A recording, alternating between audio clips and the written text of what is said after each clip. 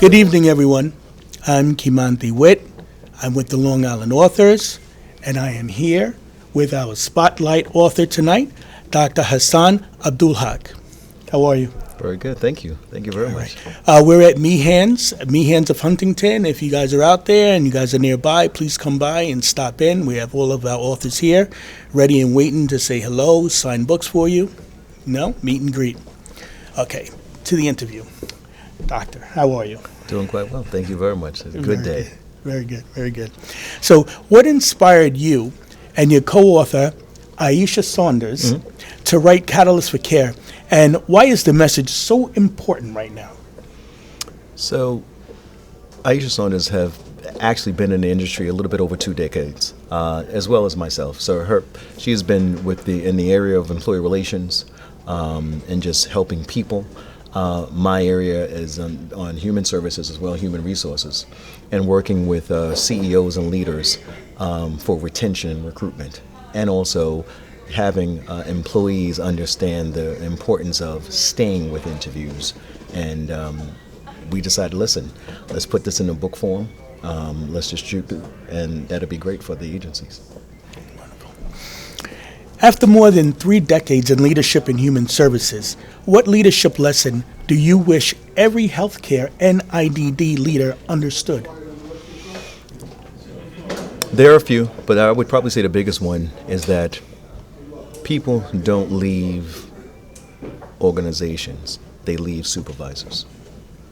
Basically, that means we can increase retention, reduce turnover, if we teach our leaders and our supervisors how to interact. Emotional intelligence skills is the forefront of increasing retention. Okay. Organizations often focus on recruitment. Why do you believe retention and culture deserve just as much attention? Hiring is expensive. The labor market is robust, but sometimes short of skills. Turnover is even more expensive. If we can retain those folks that we hire, it'll be less costly for an agency. If we can hire the right people, it'll be better for an agency. One of the things that we focus on in the book is about behavioral interview techniques. We believe past performance is indicative of future performance. So your questions when you're interviewing folks to see if there's a good culture fit must be specific, must be strategic, must be based on culture, must be based on behavior, because they come in and looking all wonderful in a suit and great, and less than 6 months later, you have a problem. You have a lawsuit. You have cancer in your agency. So that's why it's important. In your experience, what are some of the biggest mistakes leaders make that unintentionally drive great employees away? I believe many of the leaders come into the fold with managing tasks as opposed to managing behaviors and people. The focus must be on relationship building, must be on listening, solution driven, stop talking and listen more. And that all fall under the umbrella of emotional intelligence, right? We are taught to look at the numbers, we're taught to move widgets, but we're not really taught as leaders how to be leaders. In fact, most of us are hired because of our technical skills. There's no leadership type training in most agencies, especially not in a non-for-profit. So the successful agencies in the non-for-profit arena have leadership courses, leadership workshops that focus on interaction, accountability, self-awareness, or emotional intelligence.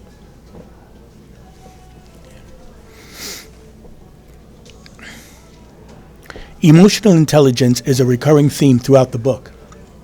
Why is emotional intelligence no longer a nice to have, but a leadership necessity? I addressed this question focus. And the focus here is about taking a look at what's happening outside, domestically and globally, increases in employer relations issues, increase in FMLA usage, family medical leave usage, absenteeism, and turnover. One of the reasons why we're no longer taking a look at the whys. We are doing things that we used to do and trying them today. Here's a small example of what we talk about in the book. Something called stay interviews. So a stay interview is, they got an employee you just hired, got an employee who's been here for quite some time. Same way, I'm going to ask you some questions. Why do you stay? What can we improve? What can we do better? Just like in a relationship. Great relationships, you ask these questions. Darling, what's some of the things I can improve on? Right? Sure. What's happening? Same thing. It's important. That whole change in philosophy is key. Right. Absolutely. Catalyst for Care offers practical strategies, not just theory. Can you share one idea from the book that leaders can implement immediately to improve engagement and performance? And you're not stuck to just one. Thank you. I was going to say that. Pigeonholing me. All right. So, can I tell you? And I love this one because it's always for me. We use something called the 80-20 rule. 80% of the time, you should be listening, and 20% of the time, you should be talking. Number one rule. As a leader, as a person, even in relationships, this is still about relationships. Number two, and you've heard about this, and most people have, but a lot have not. Praise publicly, criticize privately. Absolutely. Right? Absolutely. Third, and this is key. Again, I can go on and on. Third, which is key, is that everything, everyone is not the same. Right? So what we have done in the past is may or may not work going forward. And people say this all the time. I cannot believe you don't understand this. I can't believe that I have to tell you this over and over and over again. The third thing is ask more questions. Try to understand the behavior of it, of the person, right? We are with each other in a work environment more than we're with our families. So it behooves us to make sure that we learn more about each other and its behaviors. Absolutely. Absolutely.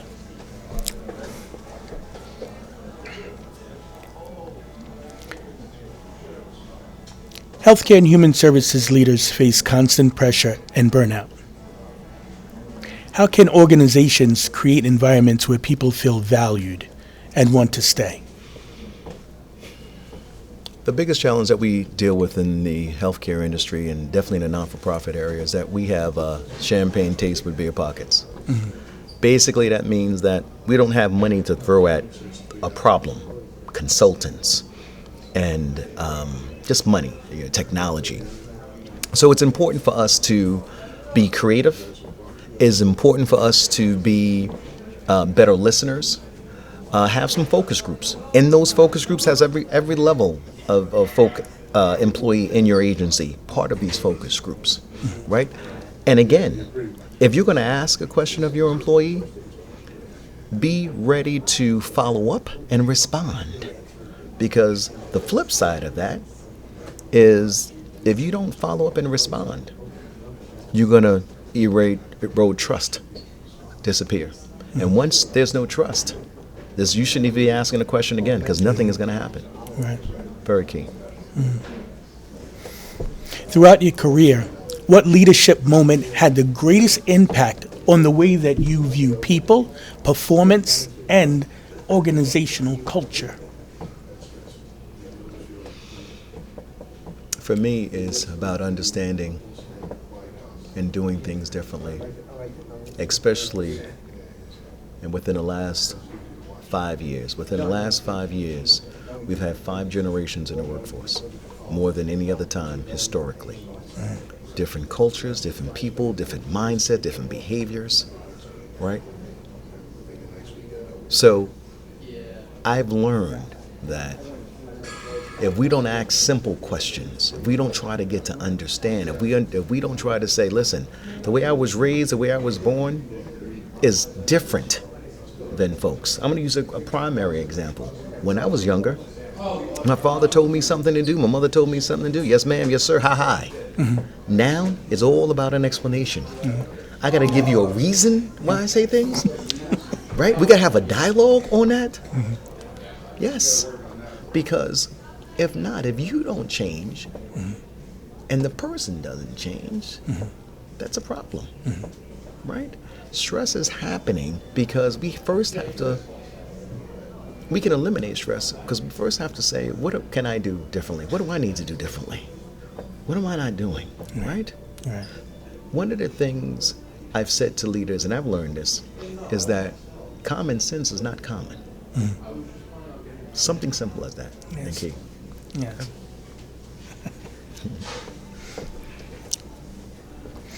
If a new manager or executive picked up Catalyst for Care today, what transformation do you hope they experience after they read it?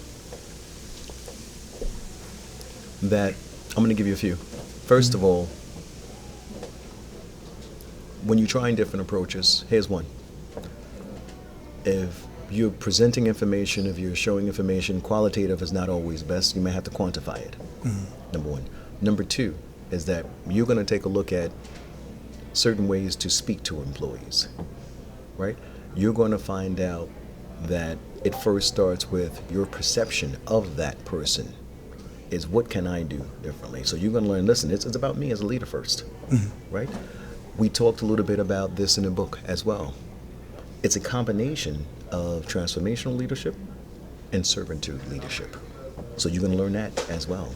We are here to serve the employees. We are here to look at every employee differently. So a lot of that you will see in the book as a leader. Okay. And looking ahead, what gives you hope about the future of leadership in healthcare and human services? And what role do you hope Catalyst for Care will play in that future? Change is not coming, change is here. So reaching out to other leaders in the industry, asking them their successes, looking at better ways to do things from not your perspective, from an employee perspective. Taking a look at creative ways, because we have no money. There are budget cuts, there are layoffs, we have no money to do certain things. So taking a look at creative ways to do things. Collaboration is key. Relationships. Here's an example. I went to was honored to be a keynote speaker at one of the events in in a state. And I said to folks at the end of my speech, I said, I want your goal to be, before you leave this 2 or 3 day event, to make sure that you connect. Your goal is to connect with 5 other people you've never seen before. Because in this field of non-for-profit, we only have each other. Because if not, you'll continuously look in the papers, you can continually look at articles where closing, going out of business. So in order for us to stay healthy and continue to help people we support in this field, we have to rely on each other. Best practices. What are they doing good? Can you help me here? Can we collaborate? That's important. Absolutely. Got it. Absolutely. Okay. Last thing. Is there anything that you'd like to read, like a passage from your book, to the audience? So, I can find something. I wouldn't say a passage because we talked a lot about that. Okay. So, one of the things that I like to always part in some way, something different, but for this particular event, leadership isn't about titles, right? It's about impact. So you want to say to yourself, have I impacted someone positively? What does success look like to me? And in this book that we've taken and we've written on different topics, that's not a good to have. It's great leadership. Every day you wake up, what can I do to make an impact? Every day that you wake up, who can I affect positively today? That's a passage out of the book I would like to share with the audience. It's wonderful. Thank you. That's wonderful. It's been a pleasure. Thank you. I thank you so very much. Thank you. Okay, that's going to be it for our Spotlight author, Dr. Hassan Abdulhaqq. Okay, we're still down here at Meehan's of Huntington. Please come down and join us. We have science fiction, we have fantasy, we have all different kinds, romance. Please come down and see our authors, visit us, and get your book signed. Thank you. Have a good night.